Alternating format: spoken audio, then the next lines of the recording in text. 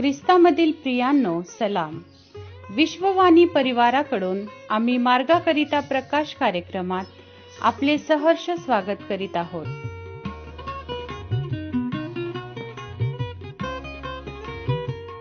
तुझी स्तुती गाण्याकरिता आले ख्रिस्ता,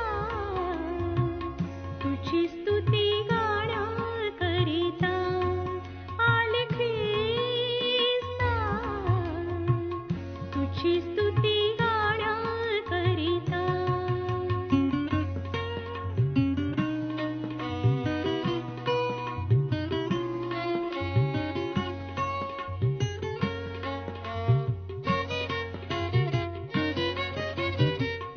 मी अज्ञानी, मी निर्बुद्धी, समजू कशी ख्रिस्ता तुझी मी महती.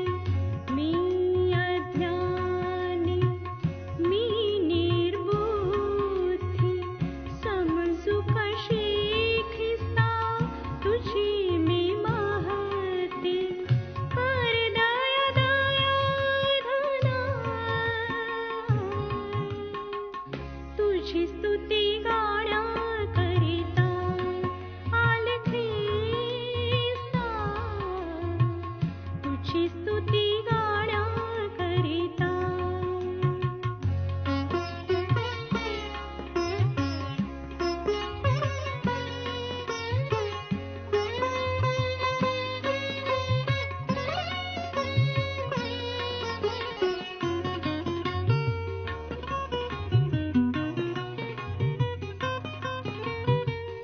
पदरी नाही धन संपत्ती, स्वीकार रे ह्या दीन लाचारी.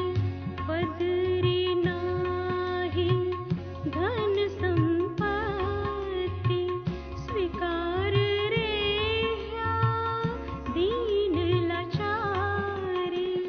करते ही प्रार्थना, तुझी स्तुती गाण्याकरिता आले ख्रिस्ता. आजच्या मन्नासाठी देवाचे वचन पेत्राचे पहिले पत्र याचा 2 अध्याय वचने 1 ते 5. पेत्राचे पहिले पत्र 2 अध्याय वचने 1 ते 5. यास्तव सर्व दुष्ट भाव, सर्व कपट, ढोंग, हेवा व सर्व दुर्भाषणे सोडून प्रभू कृपाळू आहे याचा तुम्ही अनुभव घेतला आहे. तर नूतन जन्मलेल्या बालकांसारखे तारणासाठी वृद्धी होण्यास आध्यात्मिक निर्या दुधाची इच्छा धरा. मनुष्यांनी नाकारलेला तरी देवाच्या दृष्टीने निवडलेला व मूल्यवान असा जो जिवंत धोंडा त्याजवळ आल्याने तुम्हीही आध्यात्मिक मंदिर, जिवंत धोंडे, देवाला आवडणारे असे आध्यात्मिक स्वरूपाचे यज्ञ येशू ख्रिस्ताच्या द्वारे अर्पिण्यासाठी पवित्र याजक जन असे रचिले जात आहात. देवबाप वाचलेले वचन आपणा सर्वांसाठी आशीर्वादित करो. प्रियांनो, सर्वांना प्रभू येशूच्या प्रिय आणि गोड नावामध्ये सलाम. आत्ताच जो शास्त्र भाग आपण या ठिकाणी वाचलेला आहे, पेत्राचे पहिले पत्र याचा 2 अध्याय आणि वचने 1 ते 5 या वचनापर्यंत, आम्ही पाहतो की हा जो संपूर्ण महिना आहे, आम्ही उपवास समयाचा महिना हा पाळत आहोत. आणि या दिवसामध्ये अनेक जण उपवास प्रार्थनेमध्ये जात आहेत. आणि म्हणून या उपवास समयामध्ये आमचं जीवन कसं असावं, आम्ही कसं जीवन जगावं, आम्ही काय करू नये, काय करावं, याविषयी पवित्र शास्त्र आम्हाला उत्तम आणि चांगल्या रीतीने मार्गदर्शन करत आहे. पहिल्याच वचनामध्ये या ठिकाणी म्हटलेलं आहे, सर्व कपट, ढोंग, हेवा व सर्व दुर्भाषण सोडून द्यावे. देवाची इच्छा आहे की आम्ही या ठिकाणी जी वचनं आमच्या समोर आहेत, सर्व प्रकारचं ढोंग, कपट, हेवा आणि दुर्भाषण या ज्या गोष्टी आहेत आम्हाला आध्यात्मिक जीवनापासून दूर घेऊन जातात. आणि म्हणून आम्ही उपवास करत असताना, आम्ही आमच्या जीवाला क्लेश देत असताना, परंतु आमच्या मुखामध्ये, आमच्या हृदयामध्ये जर या गोष्टी असतील तर आम्ही ख्रिस्ताला प्राप्त करू शकत नाही. आणि म्हणून आमचे उपवास कसे असावेत याविषयी आम्ही यशाया याचा 58वा अध्याय यामध्ये स्पष्टपणे त्या ठिकाणी पाहत आहोत. स्वतः प्रभू येशू ख्रिस्त देखील मत्तई 6:16 ते 18 यामध्ये दिलेले आहेत. आपले उपवास कसे असावेत. देवाची इच्छा आहे की आपण जिवंत धोंड्यासारखं आध्यात्मिक मंदिर जे आहे आम्ही रचलं जावं, यासाठी की येशू ख्रिस्ताच्या द्वारे देवाला आवडणारे आध्यात्मिक यज्ञ अर्पण्यासाठी आम्हाला याजकपण मिळावं. आणि म्हणून हे काम होत असताना, ही सेवा आमच्या हातून घडत असताना जो अनुभव आम्ही स्वतः प्रभू येशू ख्रिस्ताचा घेतलेला आहे, म्हणून या ठिकाणी पेत्र मंडळीला म्हणत आहे की प्रभू येशू कृपाळू आहे याचा तुम्ही अनुभव घेतलेला आहे, तर तारणासाठी तुमची आध्यात्मिक वृद्धी व्हावी म्हणून तुम्ही जन्मलेल्या बाळकासारखे निर्या दुधाची इच्छा धरा. जन्मलेल्या बाळकासारखं असं आम्ही व्हावं असं या ठिकाणी देवाचं वचन आम्हाला सांगतं. मत्तई याचा 18वा अध्याय आणि वचने 1 ते 5 या वचनामध्ये स्वतः प्रभू येशू ख्रिस्त म्हणतो, शिष्य येशूकडे येऊन म्हणाले, स्वर्गाच्या राज्यात कोण मोठा. तेव्हा प्रभू येशू ख्रिस्ताने बाळकाला बोलावून त्याला त्याच्या समोर उभा केलं आणि म्हटले, मी तुम्हा सांगतो, तुमचा पालट होऊन तुम्ही बाळकासारखे झाल्याशिवाय तुम्हाला स्वर्गाच्या राज्यात तुमचा प्रवेश होणारच नाही.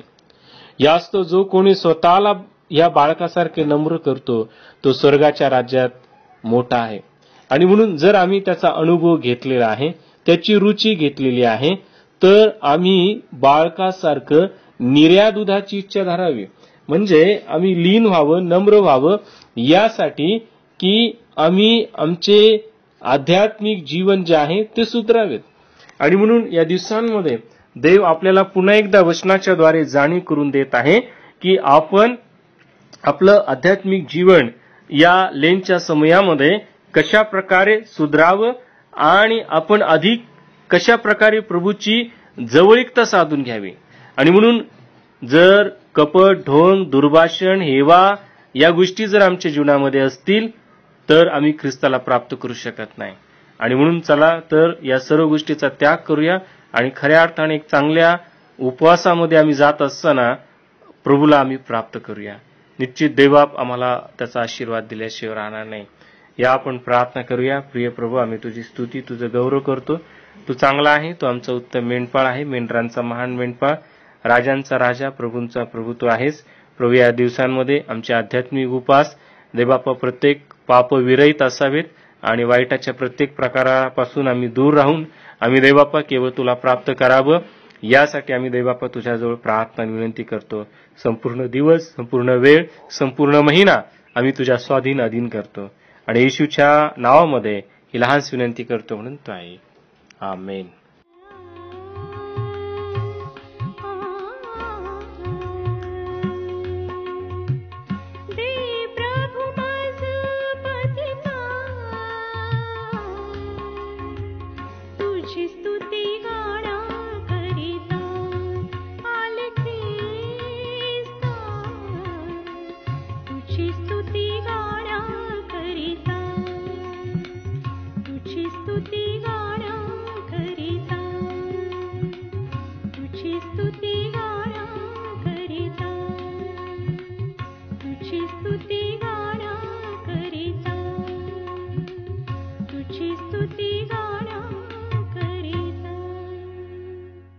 माझ्या दुःखात माझे सांत्वन हे आहे की तुझे वचन मला नवजीवन देते.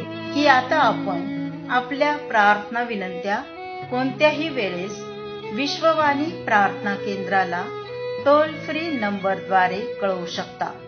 आमचा टोल फ्री नंबर 1-800-2700-333.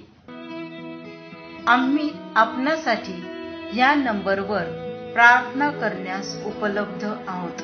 धन्यवाद.